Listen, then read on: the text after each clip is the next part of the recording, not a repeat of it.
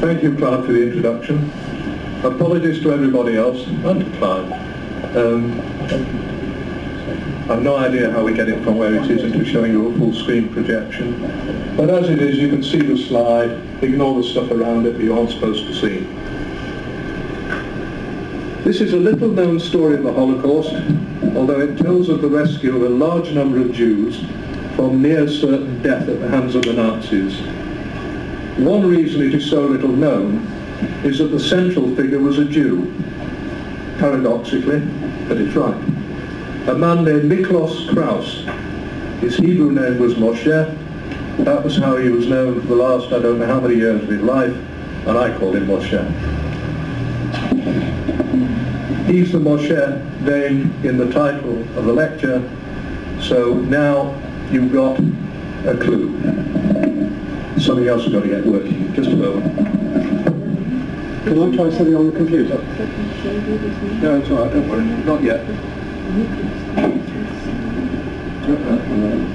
Not responding. Ah, there it is. Good. We made it. Okay. That's Moshe. This is a photograph of him taken at the time with which we are concerned in the 1940s. I can't say when in the 1940s. I have to mention something at this point. As an introductory point, and you must bear it in mind when viewing the pictures on the screen. In wartime Hungary, especially after the Germans took control of it, possession of a camera was a criminal offence, and using a camera was a serious criminal offence that was met with condign punishment. The Germans and their allies did not want anyone to photograph their activities, especially those connected with the Jews, the ghettos, or the Holocaust. Their own troops took photographs, some of which survived, but no one else could do so in safety. And that is why there is so little photographic material around showing what was happening at this period in the area with which we are concerned. Back to Moshe Kraus. He is credited with having saved between 40,000 and 100,000 Jews with the assistance of various people whom he recruited, yet few have heard of him, and fewer still remember what they heard. Yad Vashem, the World Holocaust Remembrance Center in Jerusalem, opened its doors in 1953. It was dedicated to preserving the memory of those killed in the Holocaust, honouring Jews who fought against the Nazis, honouring non-Jews who helped Jews in time of need, and researching the subject of the Holocaust in particular, and genocide in general, with the aim of preventing such events in the future. From its inception, the work of honouring non-Jews had a particular priority for those running Yad Vashem. And this is one of the aspects of Yad Vashem's work that is best known around the world. They set up a system for honouring those dubbed righteous among the nations, Chasudei Umot HaOlam, namely those non-Jews who without any financial or evangelical motive helped to save individual Jews from genocide in the Shoah. You will have seen, I'm sure, pretty well everybody here, the trees planted at Yad Vashem to honour individuals that helped save Jews. On the other hand, individual Jews who risked their lives rescuing other Jews were ignored by Yad Vashem, which has only recently begun to publicise their efforts. And Yad Vashem was not alone in this attitude. Why? I don't know, but that's what they did. The story of Moshe Kraus was known to literally thousands of Jews, but he received no official recognition during his lifetime. And it looks as though he was perfectly content that that should be shown, that should be so. On the other hand, Karl Lutz, a non-Jewish Swiss diplomat whom Moshe Kraus recruited to help carry his schemes into effect, was honoured by Yad Vashem as early as the 24th of March 1964, when his name was added to the list of righteous among the nations, the first Swiss national to be so honoured, and he planted a tree. That was a year or two after a street in Haifa had been named after him. If you look him up in Wikipedia, you'll find him credited with having saved over 62,000 Jews, a number that may be too high, but more probably is too low. Wikipedia does not mention Moshe Kraus at all in that entry, even though Karl Lutz was just one of the tools used by Kraus. It credits Karl Lutz with the largest rescue operation of Jews of the Second World War, even though he was just the man who helped Kraus to carry his schemes into effect. And parenthetically, all sorts of people are supposed to have had the largest rescue operation of Jews of the Second World War. Wallenberg springs to mind, Raoul Wallenberg.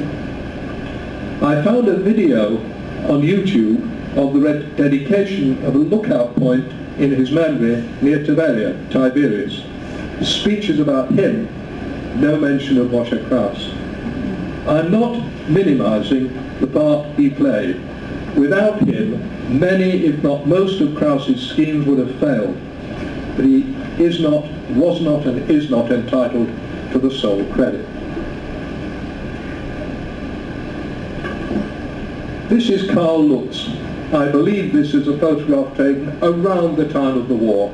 I can't be more accurate than that. Maybe from a passport or from some other official document. You can see, if you look very closely, the top left-hand corner, there is part of the impression of a stamp, which suggests it may have been attached to an official document and detached from it the photograph. This is a later, more formal photograph of him. So now you have two of the names mentioned in the title of this lecture, Moshe and Karl. We will come to the third name, the Glass House, in a little while. Before we go any further, I need to tell you the history of Hungary, or at least the relevant bits of the history of Hungary during World War II. Miklos Horthy, another Miklos, was a Hungarian admiral who became regent of Hungary in 1919. Regent is another for saying dictator or king. He had absolute power. And he ruled Hungary and was still running Hungary during much of World War II, during which that country was part of the Axis led by Germany and Hitler, and later on Japan, and of course Italy was in there as well. Horthy was very anti-Semitic, but he was also a fascist. So he and Hitler and the Axis got on very well with each other. So much so that when the German army invaded Russia, a large contingent of soldiers from Hungary marched with them. Oops. Thank you. There you see them. In case you don't recognize him, the one with the moustache on the right is Adolf Hitler, the one on the left is Miklos Horthy. During this period, there was already legislation in Hungary severely limiting the activities of Jews. The new laws barred them from practicing various professions and trades, very much like the Nazis' Nuremberg laws on which they were modelled. However, there was relatively little actual persecution, such as that practiced by the Germans. Early in 1944, his Prime Minister, yet another Miklos Calais, began secretly to sound out the Allied powers about the possibility of Hungary abandoning the Axis and making a separate peace with the Allies. As was probably inevitable, the news of these negotiations leaked out. Hitler heard about them, and on March the 12th, 1944, he ordered Operation Margareta, the Nazi military occupation of Hungary. It was brilliantly planned and brilliantly executed, while Horthy was at a meeting with Hitler at a palace outside Salzburg from the 15th to the 18th of March 1944. This meeting was arranged purely to ensure that the Hungarian armed forces would be left without orders for 3 days. Remember, Horthy was a dictator. Nobody else could order them into action. It achieved its objective. units of the German army quietly entered Hungary and captured many critical facilities, all without a shot being fired. Jürgen, please. On March the 18th, Horthy boarded his train home, totally unaware of what had happened over the preceding days. When he arrived in Budapest, he was greeted at the station by German army officers, and found himself facing a fait accompli. He was told that Hungary could only remain sovereign and avoid becoming an occupied country under the rule of a Gauleiter if he agreed to remove the Prime Minister, Calais, and replace his government with a government that would fully cooperate with the Nazis. Horthy had no alternative to complying, and he did. I say no alternative. The Nazis actually kidnapped his son at one point to ensure that he fell in with their instructions. Once the Germans had taken control, they set about organising the extermination of Hungary's Jews, many of whom, perhaps the majority, were in the capital, Budapest. As you might expect, the operation was overseen by Eichmann. Events then occurred which made all the difference.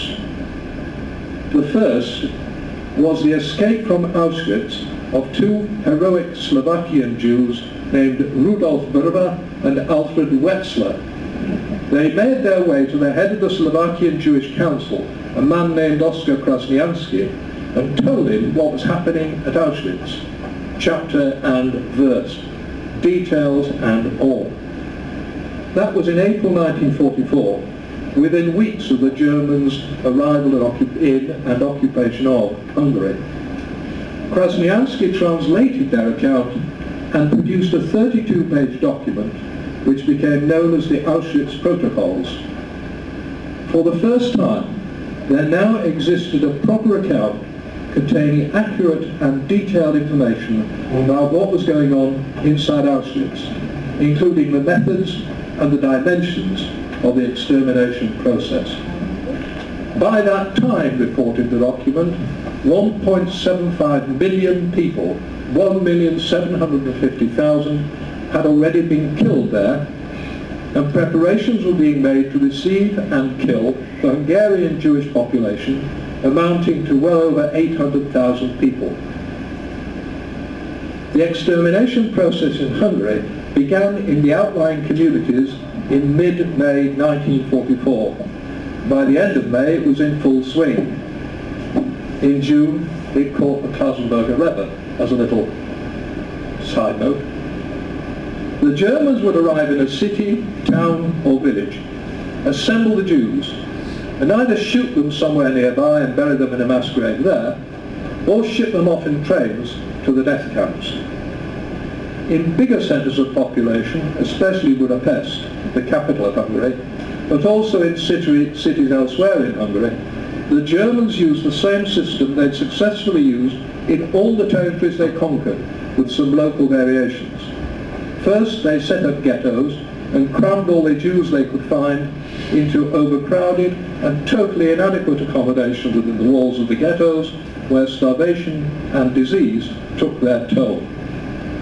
Finally, when their surviving victims were thoroughly weakened and demoralized, the Germans would collect large numbers together, march them to the railway station, and ship them off to some death camp, usually Auschwitz, under the pretext that they were being sent for forced labor elsewhere.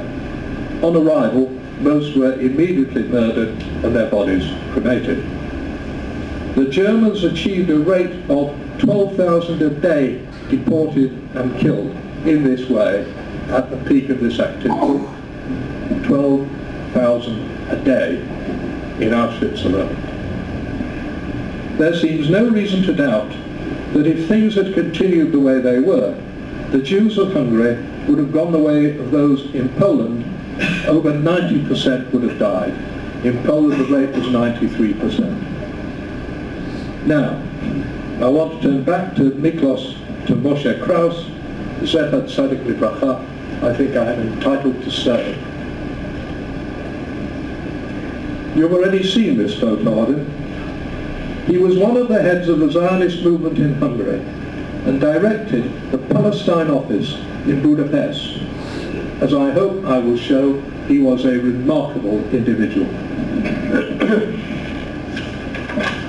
By the end of May 1944, with the extermination process in Hungary getting into full swing, he had a copy of the Auschwitz protocols. He produced an abridged version and went on to produce his own report describing the destruction of the outlying Jewish communities in Hungary. This report was highly detailed, identifying the places where communities had already been sent to their deaths, and even naming many individuals who had already been killed. Kraus then saw to it that copies of these two documents found their way into the hands of the regent, Horthy, and all the important political figures in Hungary. More importantly, perhaps, because of his position, Moshe Kraus had acquaintances in the embassies in Hungary of many countries, including many neutral countries. In particular, he had contacts with people in the Swiss embassy in Budapest and was friendly with many of them, and he used these contacts to the full. The most important task at the outset was to ensure that the Swiss and other embassies and the international press, rather more difficult to achieve, had the two documents to which I already referred, the abridged Auschwitz protocols and his own report on the slaughter in Hungary. As I say, copies went to as many embassies as possible, and at least one found its way to an international news agency, and suddenly details of the Holocaust were in the international press. For my purposes, I'm concerned only with Switzerland. The reports created an instant and real stir. Prompted by the public, the Swiss public, the Swiss government put enormous pressure on Horthy to stop the murders in his country. Other countries and prominent personalities became involved. The Pope sent a letter of protest to Horthy. So did Franklin D. Roosevelt, President of the USA. So did Winston Churchill, Prime Minister of the United Kingdom. So did King Gustav V of Sweden. I must stress, these are just the ones I know about. There were almost certainly a lot more, but we don't know. The pressure on Horthy and the Hungarian government now became unbearable. To make it worse from Horthy's point of view, the letter from the United States included a military threat, and as a result, he halted the deportations. By that time, more than half of the Jewish population of Hungary had been wiped out, but the rest now had a chance of survival.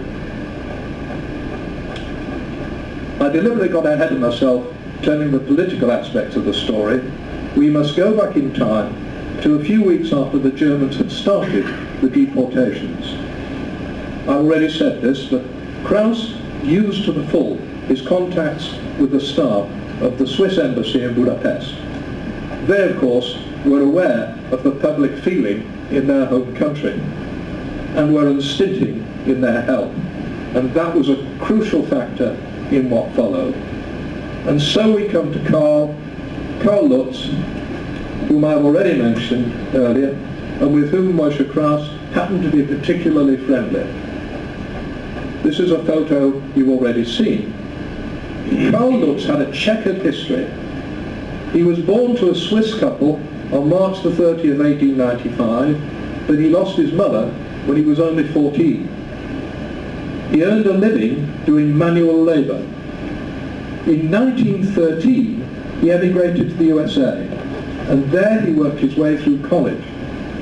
In 1920, he got a job at the Swiss Consular Corps in Washington, D.C., but he continued to study in his spare time at the George Washington University, from which he graduated with a bachelor's degree in 1924.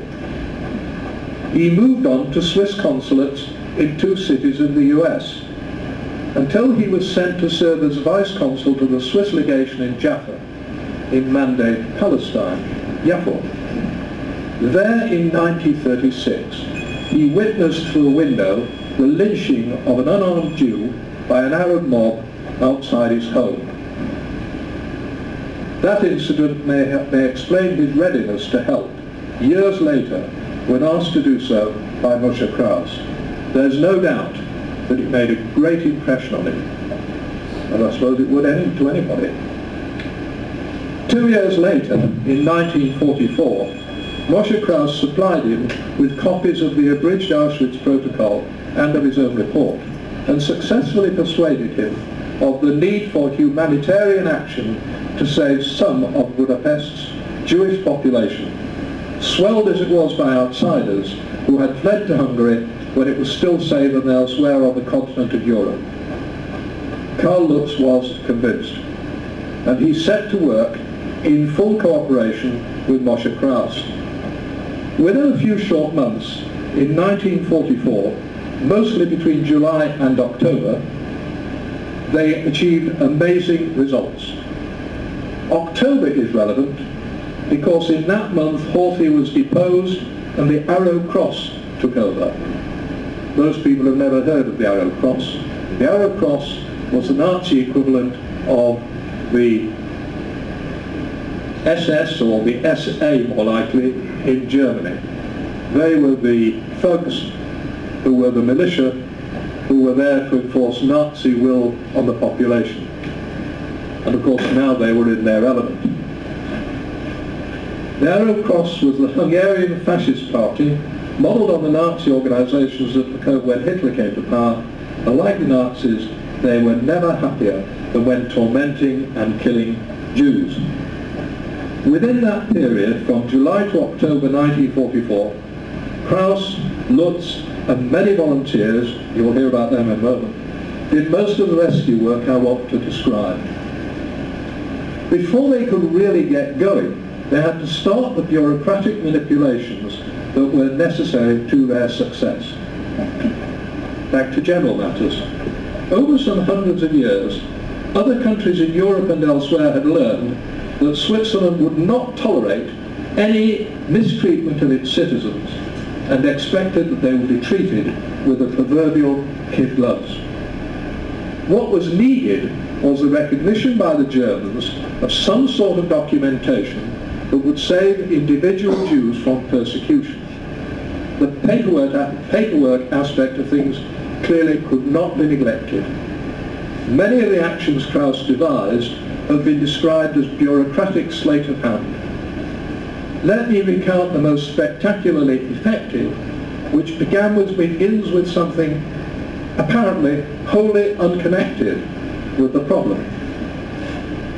Before this, the British were issuing some immigration certificates entitling the holder, the bearer, to admission to Palestine, which was then under their control under the League of Nations mandate for Palestine. Such a certificate might seem of little value to a Jew in occupied Hungary, but it was in fact of incalculable value, as we will see.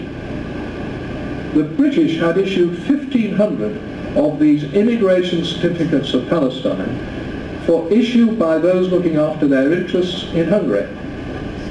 Those looking after their interests in Hungary were the Swiss embassy. And that, of course, is where Karl Lutz was the vice-consul, capital letters, the vice-consul. In fact, he headed the department that looked after foreign interests, including British interests, the interests of states, countries that could not have their own embassy in Hungary because of the war. Moshe Kraus enlisted his aid, Karl Lutz's aid, in connection with these certificates, and Lutz achieved a key success right at the outset. The Germans recognized the validity of the certificates. It gets intricate, so try and stay with me. 1,500 people were then going to be entitled to a document that would keep them alive, under the protection of the Swiss, who were looking after British interests. And everyone was scared of the Swiss. During the following months, undoubtedly, forgery was practiced on a massive scale by Moshe Kraus, who thought up the various schemes. Yiddische Kopf, we say, don't we? Karl Lutz, who wholeheartedly supported him, and anonymous volunteers, mostly Jews, but also some anti-Nazi Hungarians, who did much of the paperwork, and I will have some more to say about that shortly. They were hugely successful.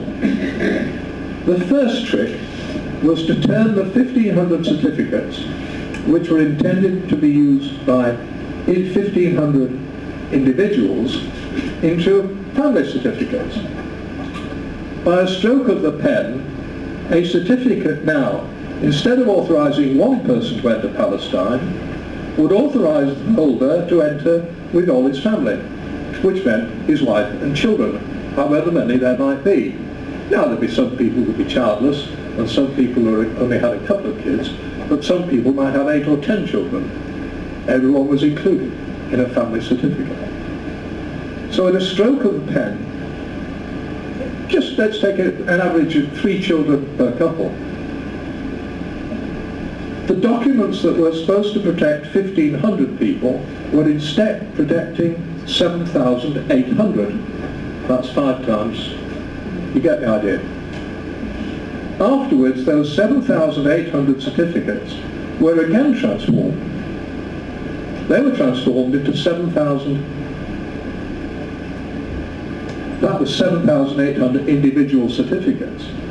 And shortly afterwards, those 7,800 certificates were again transformed into 7,800 family certificates. If you take the same multiplier, 5 times 7,800 is 40,000. And so 40,000 people had been brought under the protection of the Swiss embassy by a lot of ink and pen and paper and a lot of devious thinking. That's where we get the figure of 40,000 for the minimum number of people who were rescued by Lutz under Moshe Kraus's direction. Each step produced an increase in the number of people under the protection of the Swiss by virtue of the British certificates, and the total increase was massive. The consequence was that the operation organised and led by Moshe Kraus now had 40,000 Jews, or at least the capacity for 40,000 Jews, to be protected by their possession of apparently valid certificates issued by the British and supported by the Swiss government, and the Swiss embassy, more importantly. I'm getting ahead of myself again because I've skipped over some of the most important events in this operation. The Germans were trying to catch up very hard. They were trying to catch up with what had happened in relation to the British immigration certificates. Their problem was that they needed more than they were getting. They were needing more than the limited cooperation they were getting from the Swiss, but they didn't want to offend them. So they had to go tiptoeing around the problem. To hinder them, Kraus took great care to ensure that no group of Jews holding certificates exceeded 7,800, and the individual numbers of those in each group contained no duplicates. So there might be 10 people holding certificates numbered 1, 2, 3, but they will be in different parts of the city and different groups, to make it difficult for anyone examining them to track down the fact that there were multiples. There are many gaps in the story at present, and I have no idea if we'll ever find out precisely what happened in relation to some of them. What we do know is that though the Germans didn't have formally, officially recognised the results of these manipulations, they were recognised by the International Red Cross and by the Swiss government, which meant that the Germans had to be very careful how they handled the holders of British immigration certificates. Kraus was making every possible effort to persuade the Germans to recognise the documents. He couldn't understand what had happened to let the Germans know what had been going on, and in particular how so many people were now covered by the certificates. Years later, Kraus, much later on in his life, wrote a newspaper article in which he recounted how eventually he discovered that someone had told the Germans that the original certificates had applied only to individuals and not to families. He went in the article to say that the someone was, in his words, one of us, Dr. Kastner, which gives rise to a whole separate story. The story is complex. I don't know enough of the details to speak authoritatively about it. I do know that it was the subject of litigation later, when the State of Israel had come into existence and had won its war for independence. I know also the litigation was replete with all sorts of political and other complications, and that it was followed with bated breath by the press in Israel, and to some extent abroad. I must get back to the story I want to tell. Once Moshe Kraus realized that the Germans were aware that something had gone on, that there had been apparently illegal steps in relation to the documents, he realized that urgent action must be taken to protect the document holders. Again, Karl Lutz was the key actor. The tools he used were called Schutzpassen, the plural of the German word Schutzpasse. I've seen the word Schutzbrief also used. Roughly translated, the word Schutzpasse means protective pass. Schutzbrief means much the same. They were official documents issued by the Swiss Embassy's Department of Foreign Interests. Each of the documents identified the holder as a Swiss subject awaiting repatriation, confirmed that the holder appeared in a collective Swiss passport, and stated that he ought to be treated as holding a valid Swiss passport.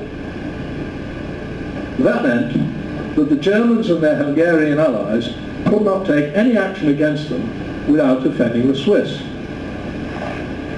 I've already mentioned the attitude of the Swiss in Germany and in Europe and outside Germany. The point in the German case was their services as a conveniently local neutral power were extremely valuable to the German government. For the Schutzpassen to work, there had to be a collective Swiss passport, and there was. It soon contained a lot of names, eventually tens of thousands of them. But long before that, Kraus and Lutz found themselves facing an apparently insoluble problem. The Swiss legation in Budapest was quite a small building.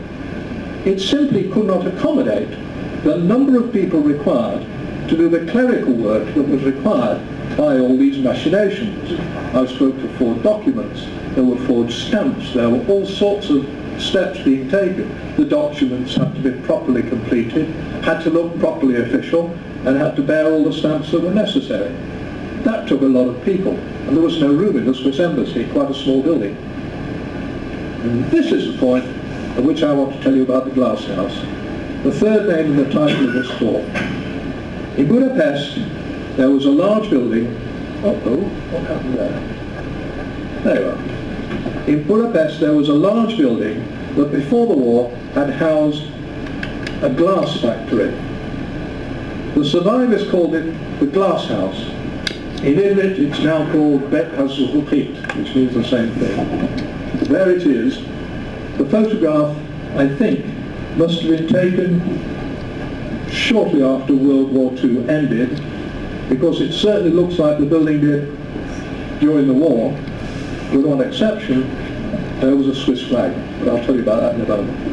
If any of you know Budapest, familiar with it, it's at 29 Badas Street, not far from the Hungarian Parliament and from St. Stephen's Basilica. That should give you an idea of the area if you're familiar with Budapest. It was owned by a Jew called Arthur Weiss, but under the anti-Semitic measures introduced by the Horthy government, he'd been prevented from continuing to run the factory, which consequently ceased to operate. The building was therefore empty. Sorry, I'm trying not to turn over 2 pages. There you are. It isn't clear, at least to me, who approached who. Certainly Arthur Weiss agreed, and maybe he offered to allow the factory to be used to accommodate Jews. At Moshe Kraus's suggestion, Karl Lutz granted the building extraterritorial status under the auspices of Switzerland. Putting that into simpler language, he turned the factory legally into Swiss territory under the control of the Swiss government through its embassy. In other words, There was now a piece of Switzerland in that factory, the whole of that factory, being run by the Swiss embassy. At that stage, a Swiss flag was put up, flying from a post that was mounted here, pointing up at an angle. And there was a Swiss flag over the entrance. That actually is the, if I'm not mistaken, is the entrance. We'll see some more pictures of the building in a moment. The building was soon mobbed by Jews seeking admission to safety.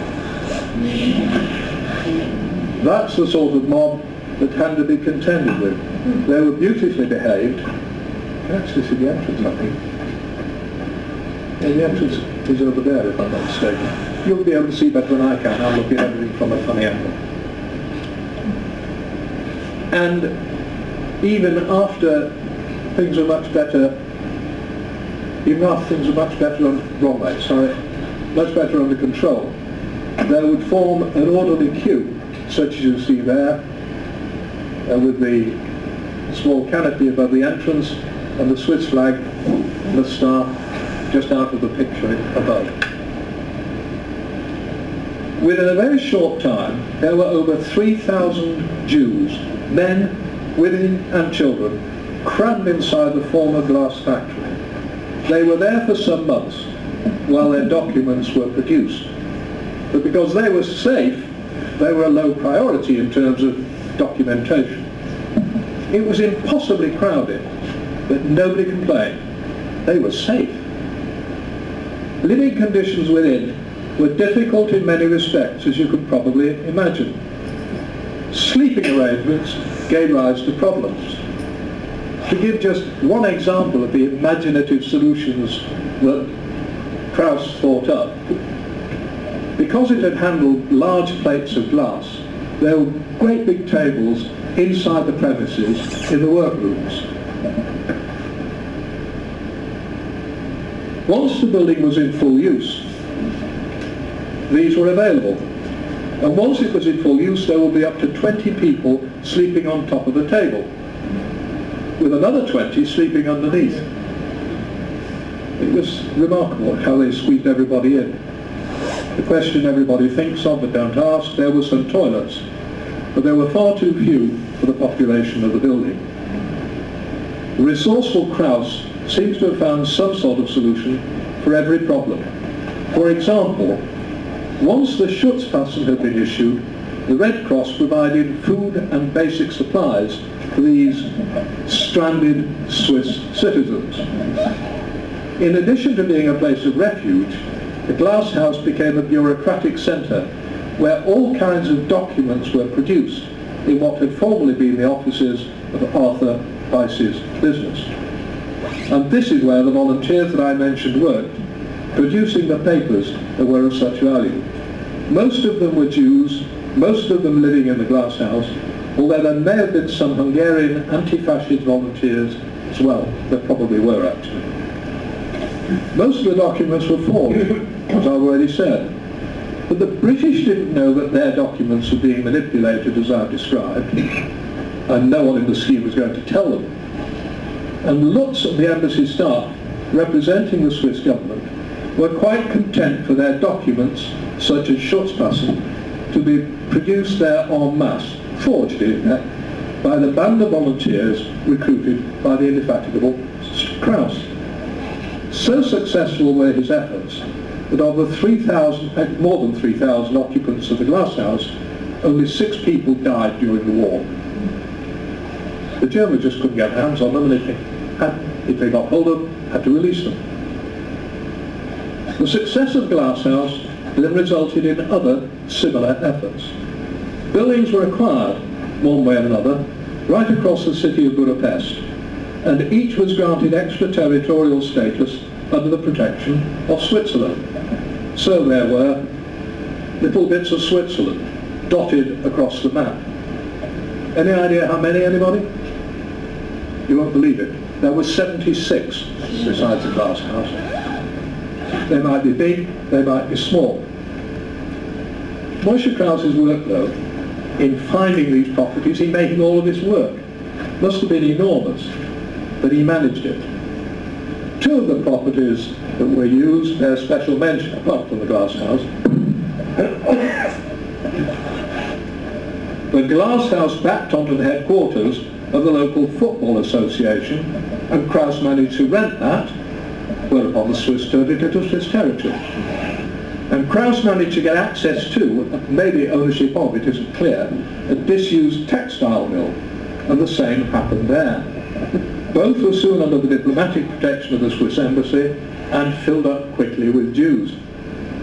Moshe Kraus was everywhere, supervising everything, while maintaining excellent contacts with Karl Lutz, making contacts abroad, and raising money to keep things going. Once a Jew had a Schutzpasser, he was under Swiss protection, and as a result exempt from the restrictions applying to Hungarian Jews. For example, he could go out for as long as he wanted during the day, while Jews without such protection could only be out for 2 hours a day. The final figure for those saved by these methods isn't known, no doubt because Moshe Kraus was at pains to keep as much information as possible to himself to avoid leaks and treachery. The minimum figure I said before is 40,000, because that was the approximate final figure of those covered by the much manipulated British Palestine immigration certificates in their final form. But there were many more who were under Swiss protection. When Karl Lutz was honoured by Yad Vashem, the figure of 62,000 was quoted. Many sources indicate the true figure, as I've already said, could well have been up to 100,000, maybe even more. The period during this operation was in full swing, was quite short. As I say, by October 1944, it had been stopped. In November, the Germans and their Hungarian allies resumed deportations of those not in one of the safe houses. 2,000 people a day were being forced onto death marches to the Austrian border and onwards in freezing conditions. Emergency steps were taken to try and save some of them. Kraus, Lutz and volunteers went out with blank Schutzpassen bearing forged signatures looking for Jews to save. They would approach them, get their names, insert those names into blank Schutzpassen, which they would then hand over to the individual Jews. The Arrow Cross men had to release them. One of the most amazing stories was that of a young Jew named Pinchas Tibor Rosenbaum. This picture was taken some years later. In 2014, a film came out, a very lurid thriller, very, very loosely based on his exploits, called Walking with the Enemy. I've not even tried to watch it, it sounds like, yeah, you know. Anyway, his true story is amazing enough. He didn't, then at any rate, look Jewish. Somehow, nobody knows how, he got hold of an Arrow Cross uniform. He would arm himself with Schutzpassen, put on the uniform, forge Schutzpassen, put on the uniform, and go out into the streets looking for Jews needing protection. Nobody knows how many he saved in this way, except that there were a lot of them. He did this time and again, despite his inevitable fate if his Jewish identity was discovered. The Arrow Cross used to round up considerable numbers of Jews, men, women and children, march them to the banks of the river Danube, which runs through Budapest, and there shoot them so their bodies fell forward into the water or were thrown into the water, alive or dead. Today, there are metal replica There are metal replica shoes on the bank of the river in Budapest to commemorate the victims. One day in December 1944, the Arrow Cross entered the glass house and ordered everybody out into the street to be marched off to the river Danube. It was bitterly cold. I mentioned the Arrow Cross liked to torment people as well as just taking them away and killing them. They kept them standing outside, for 2 hours, men, women and children. They were doing it to be cruel. Then it gave time for the Swiss to intervene. They were forced to return everyone to Swiss territory in the glass house. The Arrow Cross period didn't last long. Hungary was liberated by the Red Army early in 1944. The war ended soon after that. Sorry about that. That's 1944 to what? 1945. At the end of the war, many of the people who had escaped the Holocaust in Hungary made their way to what was then Mandate Palestine. Many were intercepted by the British and put into detention camps, and only arrived as a limb after the mandate had ended. Many of them were young single men, and they fought in the War of Independence, including, I think, Moshe Kraus. I think he was wounded in action. Anyway, he survived. I remember we killed and wounded, but fighting for our state. I'm only going to mention one such young man by name, Moshe Shkedi. He was the sole survivor of his large family. His parents and all his brothers were murdered by the Germans. He broke out of a cattle truck and jumped from a train, taking the family, along with everybody else, to Auschwitz. He found his way to Budapest, where he was one of those housed in the glass house, and there he worked for Moshe Kraus on the production of documents. Later he married a Jewish girl who was a refugee from Egypt, and they had children. One of whom they named Eliezer. Eliezer grew up, joined the Israeli Air Force, and became a fighter pilot. He shot down 2 enemy planes during the 1982 war in Lebanon. He rose to become Major General Eliezer Shkedi and commanded the Israel Air Force from April 2004 to May 2008, May 2008, and after that he became the CEO of El Al.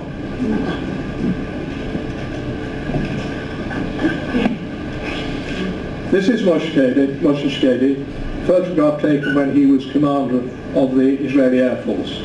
If you search for him on YouTube, you can see him and hear him speaking in Ivrit at the naming ceremony of Rehov Moshe Kraus in Pisgat Zev in Yerushalayim. That's the street sign that he was there to unveil, someone was there to unveil, and that's him speaking about unveiling, by which time he was, of course, a civilian. Back to the 1940s. In 1949, a group of survivors from Hungary and elsewhere set up a religious moshav called Mir Galim, which is outside Ashdod. They included some of the twins who'd been the victims of Dr. Mengeler's infamous experiments. They each knew the stories of the survival of the others, but they didn't talk to outsiders who hadn't shared their experience, a feature common to most of the survivors until relatively recently. Most survivors, the majority, the overwhelming majority, didn't talk to people outside their circle about what had happened to them. So that when at some point they did talk or were exposed, people said, "You?"